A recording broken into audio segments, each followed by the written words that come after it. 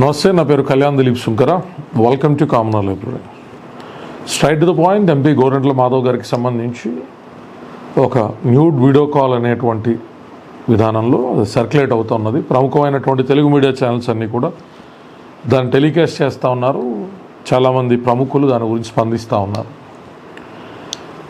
దాని మీద అభిప్రాయం తెలియచేయమని కామనర్ లైబ్రరీ శ్రోతలు వీక్షకులు కోరినప్పుడు, అంటే నాకు స్ట్రైట్గా దీని మీద ఉండేటువంటి అభిప్రాయం ఏంటంటే, ఆయన పబ్లిక్ ఆఫీస్ని ఉపయోగించుకుని ఏ మహిళనైనా లోబరుచుకున్నారా, ఆయన వ్యక్తిగత జీవితంలో ఉన్నటువంటి మహిళతో జరిగిన సంభాషణ అనేటువంటిది తేలాల్సినటువంటి అవసరం ఉంది.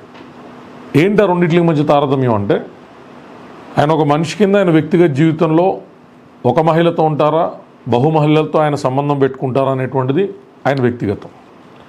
దానికి ప్రజా జీవితానికి నా వరకైతే నేను ముడిపట్టి చూడను. కానీ నేను గతంలో కూడా టీటీడీకి సంబంధించినటువంటి దానిలో సినిమా యాక్టర్ ఆయన మీద జరిగినటువంటి దానిలో నేను I said clearly, I was unable to recollect his name, I'm really sorry for that. Prithvi గారు ఇష్యూలో జరిగినప్పుడు కూడా పృథ్వీ గారు మంచి నటులు, ఆయన సడన్గా పేరైతే అట్లా కానీ మంచి నటులు, నేను ఆయన చాలా సినిమాలు చూస్తాను. పృథ్వీ గారి ఇన్సిడెంట్లో కూడా మాట్లాడినటువంటి మహిళ బాధితురాలని చెప్పి ఎక్కడికి రాలా, ఎక్కడ కంప్లైంట్ ఇవ్వాల. కానీ ఆయన పొజిషన్ హోల్డ్ చేశాడు కాబట్టి ఆయన అలా మాట్లాడకూడదు అనేటువంటి రీతిలో కొంతమంది అభిప్రాయం వ్యక్తం చేశారు. నేనైతే దాన్ని ఆ అభిప్రాయాన్ని అయితే నేను మద్దతు ఇయ్యను. ఆయన వ్యక్తిగతమైనటువంటి పొజిషన్లో, అంటే పృథ్వీరాజ్ అనేటువంటి వ్యక్తి కింద ఆయన ఏ మహిళతో అయినా మాడుకోవచ్చు, ఏ మహిళను ఆయనతో మాడుకోవచ్చు. ఆయన ఆఫీస్లో ఉద్యోగానికి వస్తేనో, ఆయన ఆఫీస్లో ఇంకేదన్నా గవర్నమెంట్ పని మీద వస్తేనో పబ్లిక్ ఆఫీస్ హోల్డ్ చేస్తూ నీకు ఆ పని చేయాలంటే నాకు ఈ కోరిక తీర్చు అని ఆయన అడిగాడు అని ఎక్కడ నిరూపించబడాల. సో అందుకే పృథ్వీ గారిని నచ్చినటువంటి పార్టీ వ్యక్తులు కొంతమంది ట్రోల్ చేసి ఉండొచ్చు, కానీ నేను దాని మీద ఎప్పుడు కూడా స్పందించలే. అలాగే అవంతి శ్రీనివాస్ గారి ఇష్యూలో కానీ, అలాగే అంబటి రాంబాబు గారి ఇష్యూలో కానీ ఖచ్చితంగా రాజకీయపరమైనటువంటి విమర్శలు వచ్చినప్పుడు, వాళ్ళు వ్యక్తిగతంగా విమర్శలు చేసినప్పుడు ఆయన్ని వ్యక్తిగతంగా విమర్శ చేయడానికి ఉపయోగపడుతుంది తప్ప, ఇన్ పర్సన్ మనమేమి సర్వసంగ పరిత్యాగులనే అసెంబ్లీకి ఎంచుకుంటామని కానీ, ప్రజల కింద మన అభిప్రాయాల్లో మనం ఎన్నుకున్నటువంటి లీడర్స్ వాళ్ళు కూడా పబ్లిక్ పూల్ నుంచే వస్తారు కాబట్టి వ్యక్తిగతమైన అంశాల్లో కూడా స్త్రీలోలత్వం అనేటువంటిది ఉండాలి, ఉండకూడదు అనేటువంటి నిర్వచనం ఉంటుందని నేనైతే అనుకోలే. గోరంట్ల మాధవ్ వరకు వచ్చినప్పుడు మాత్రం ఖచ్చితంగా ఆయన ఆ వీడియో ఏదైతే సర్క్యులేట్ అవుతూ ఉన్నదో దానిలో అయితే ఆయన మర్మాంగాలు సైతం ఆ మహిళకు చూపించేటువంటి ప్రయత్నం చేశారు. అయితే ఆ మహిళ కానీ ఈయన కానీ స్క్రీన్ రికార్డ్ చేసిన తర్వాత ఆ వీడియో అయితే బయటకు వచ్చి ఉంటుంది. సో అది ఫేకా కాదా అనేటువంటిది పోలీసులో ట్రూత్ ల్యాబ్స్ లాంటి సంస్థలకు ఎవరైనా పంపించి ప్రైవేట్ పిటిషన్ కింద ఫైల్ చేస్తేనో బయటికి రావాల్సి ఉంటుంది. దానికి ప్రజా సమస్యలకి ఏ మేరకు సంబంధం ఉంటుంది అంటే, ఖచ్చితంగా ప్రజా జీవితంలో ఉన్నటువంటి వ్యక్తి ఆ 5 ఏళ్ల పాటు ప్రజలు ఓట్లేసి ప్రజలు జీతాలు ఇస్తారు కాబట్టి పూర్తి సమయం వాళ్ళకి కట్టుబడి ఉండాల్సినటువంటి నైతిక బాధ్యత అయితే ఉంటుంది. వ్యక్తిగతమైనటువంటి సుఖాలకు పెద్దపీట వేస్తేనో, వ్యక్తిగతమైనటువంటి వ్యవహారాలకు పెద్దపీట వేస్తేనో, ప్రజా జీవితంలో ఉండి మనం ప్రజలకి నమ్మి ఓటేసిన దానికైతే విలువ ఇవ్వనట్టే. There is no doubt in this. కానీ ప్రజా జీవితంలోకి వచ్చినటువంటి వ్యక్తి తన వ్యక్తిగతమైన అంశాలని రాజకీయం చేయడానికి వాడకూడదు అనేటువంటి దానిలో మాట్లాడితే, 2 అంశాలు వేరువేరుగా చూస్తే ఖచ్చితంగా వ్యక్తిగతమైన అంశం నాది అని కూడా ఇలాంటి వాటిలో చెప్పడానికి అవకాశం ఉండదు. ఎందుకంటే కొంత క్లాసీ ఎగ్జాంపుల్ కిందే లీడర్ అనేటువంటి వ్యక్తి తనను తాను ప్రజెంట్ చేసుకోవాల్సిన ఆవశ్యకత ఉంటుంది. తాను రిప్రజెంట్ చేస్తున్న నియోజకవర్గానికి కానీ, తాను వెళ్తున్నటువంటి పార్లమెంట్కి కానీ అలాంటి ఒక మచ్చ మోసేటువంటి పరిస్థితి తీసుకురాకూడదు. తగిన జాగ్రత్తలు తమ బలహీనతల మీద తాము తీసుకున్నటువంటి వ్యక్తులు బలమైన నాయకుల కింద ఎక్కువ కాలం ప్రజా జీవితంలో ఉండలేరు.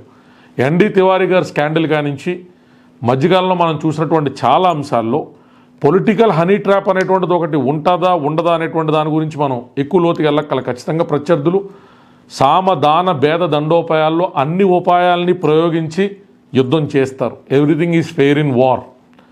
సో దాన్ని మనం ఎందుకు అలా చేశారు, టీడీపీ వాళ్ళు హనీ ట్రాప్ చేశారా, టీడీపీ వాళ్ళు పృథ్వీరాజ్ నిరిగించారా, లేకపోతే వైసీపీలో ఉన్నటువంటి అంతర్గత, ఇంత అనవసరం. జరిగిన మిస్టేక్ ప్రజాబాహుల్యంలో ప్రజల వ్యతిరేకతకు గురయ్యేటువంటి అంశం. ప్రజా జీవితంలో ప్రజల ఓట్లు పొందినటువంటి తర్వాత వ్యక్తిగతమైన జీవితాల వైపు మొక్కు చూపకుండా ప్రజా జీవితంలో ప్రజలకు ఎక్కువగా సమయం కేటాయించాల్సినటువంటి బాధ్యత. ఈ రెండిట్ల మీద కన్ఫైన్ అయితే గోరంట్ల మాధవ్ గారి విషయంలో ఆయన తప్పు చేసినట్టే మనం అంగీకరించాల్సి వస్తుంది. ఎందుకంటే he's an elected member to parliament.